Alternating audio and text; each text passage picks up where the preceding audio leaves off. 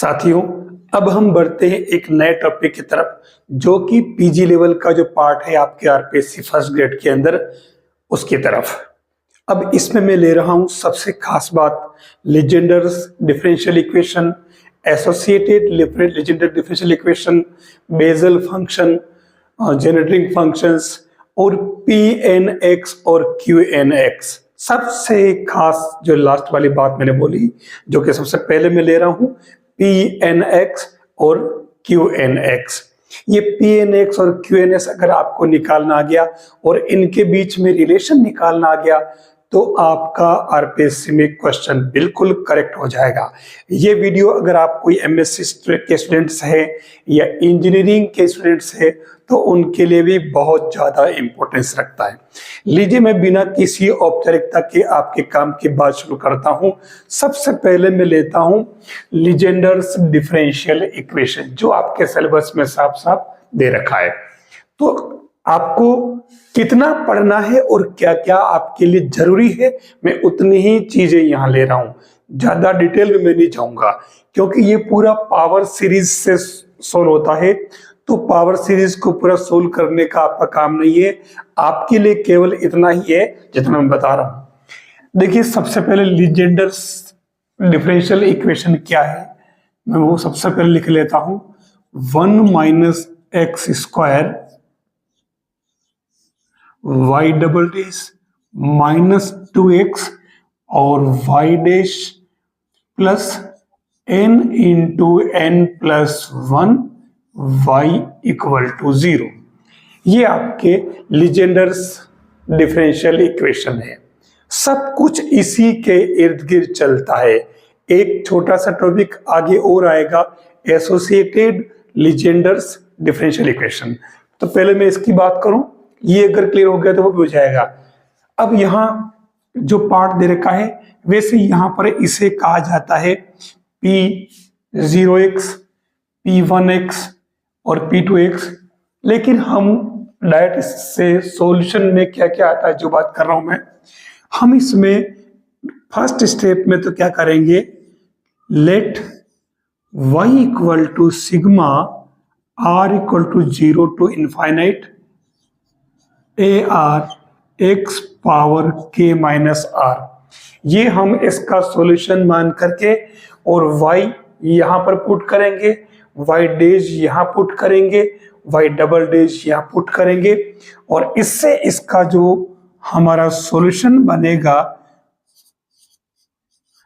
वो बन जाएगा आपके y equal to finally constant और pnx प्लस कांस्टेंट b और qnx।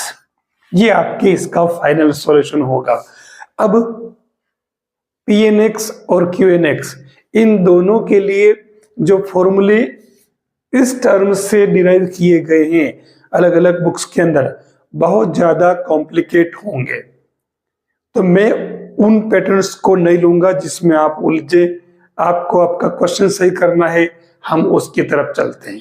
यहां मैं बात करूं, pnx आपके कहलाता है first kind of Legendre's differential equation, function not equation, और qn जो है वो second kind Legender differential function कहलाएगा।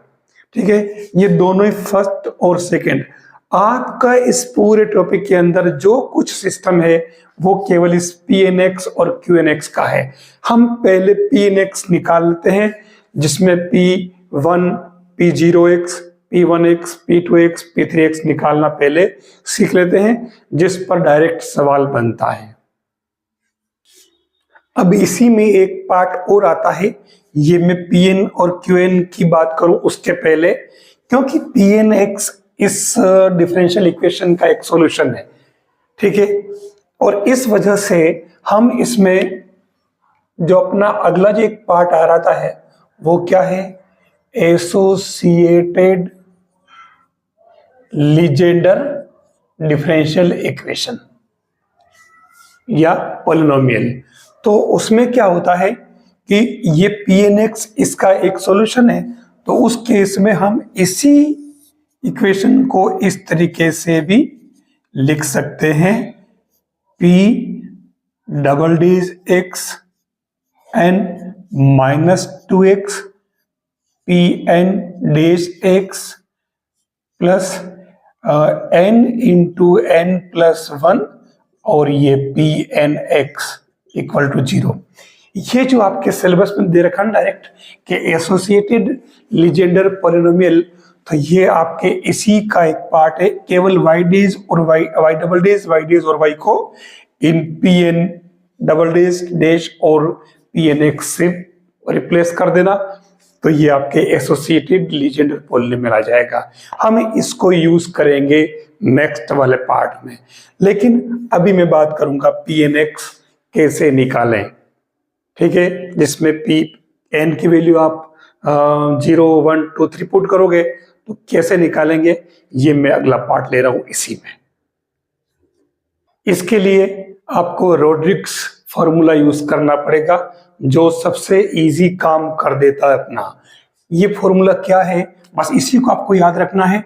ये फॉर्मूला है p N x equal to 1/2 power n factorial n d power n upon d x power n x square minus 1 power n। ये formula आपको याद रख लेना है। देखो इतना तो करना ही पड़ेगा। तो इसमें आपको सबसे पहले अब आपको एक एक करके निकालना है। तो सबसे पहले आप लिख दे n इक्वल टू 0, तो ये बन जाएगा p0 x equal to 1/2 power 0 factorial 0 d0 dx0 x square minus 1 0। तो सभी की पावर 0 है तो ये 1 आ जाएगा, यानी p0x आपके क्या आ गया 1। जो फर्स्ट काइंड लीजेंडर पॉलिनोमियल जो फंक्शन है उसका p0x आपके 1 आ गया। ये आप निकाल सकते हैं इसी मेथड से। अब next n equal to 1 put करें तो ये बन जाएगा p1x, it means 1/2 factorial 1 power 1, और इधर बन जाएगा d बाई डी एक्स और ये x स्क्वायर 1 माइनस 1 पावर 1। तो आपको इसका डिफरेंशिएशन कर लेना है, तो ये 1/2 और इसका डिफरेंशिएशन क्या हो जाएगा 2x, तो ये आ जाएगा x, यानी कि p1x आपके आ गया x। डायरेक्ट ही मतलब इस तरीके से याद रह जाए। अब अगर मैं बात करूं एक और पार्ट ले लेता हूं n इक्वल टू 2, तो देखिए ये बन जाएगा p2x और ये क्या होगा 1/4 2 का स्क्वायर और ये फैक्टोरियल 2 यानी कि 2 और ये d2 बाई dx2 और ये x square minus 1 whole square बन जाएगा। हम एक काम करें, इसी को चलो बढ़ा लेते हैं आगे, तो ये हो जाएगा आपके 1/8 और इसको मैं d बाई डी एक्स करके और इसका कर लेता हूँ डिफरेंशिएशन एक बार, तो ये 2x square minus 1 dot 2x, तो 2 से 2 चला गया तो 1/2 बचा, तो ये 1/2 और d by d x as it is रहेगा और अंदर क्या बचा 2 इंटू 2 ये हट गया और x स्क्वायर x को अंदर मल्टीप्लाई करो तो ये x क्यूब माइनस x, तो क्या बना ये 1/2 और ये 3x स्क्वायर माइनस 1, ये आपके क्या आ गया p2x।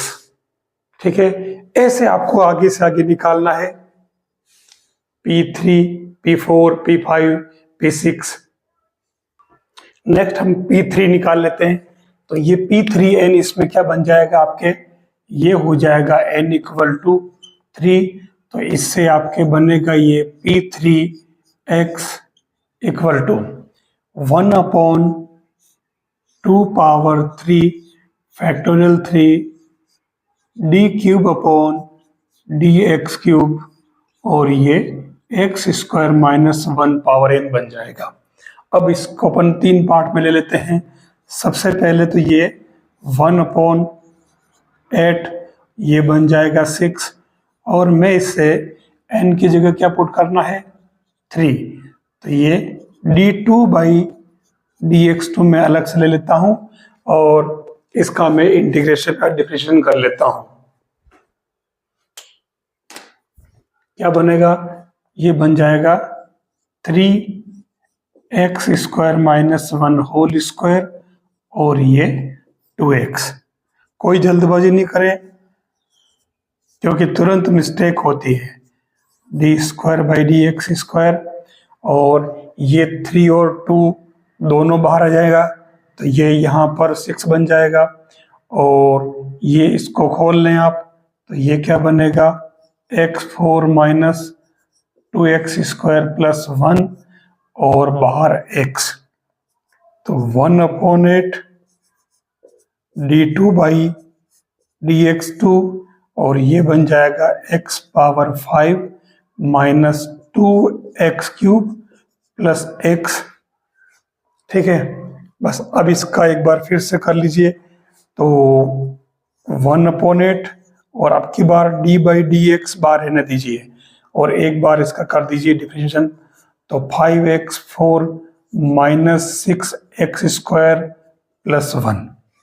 ठीक है, अब इसका एक बार और कर दीजिए तो ये आपके बन जाएगा p3x = d/dx कर दो तो ये बन जाएगा 1/8 और ये 20x³ इससे दो और ये बन जाएगा माइनस का 12x², बस 1 तो 0 हो जाएगा।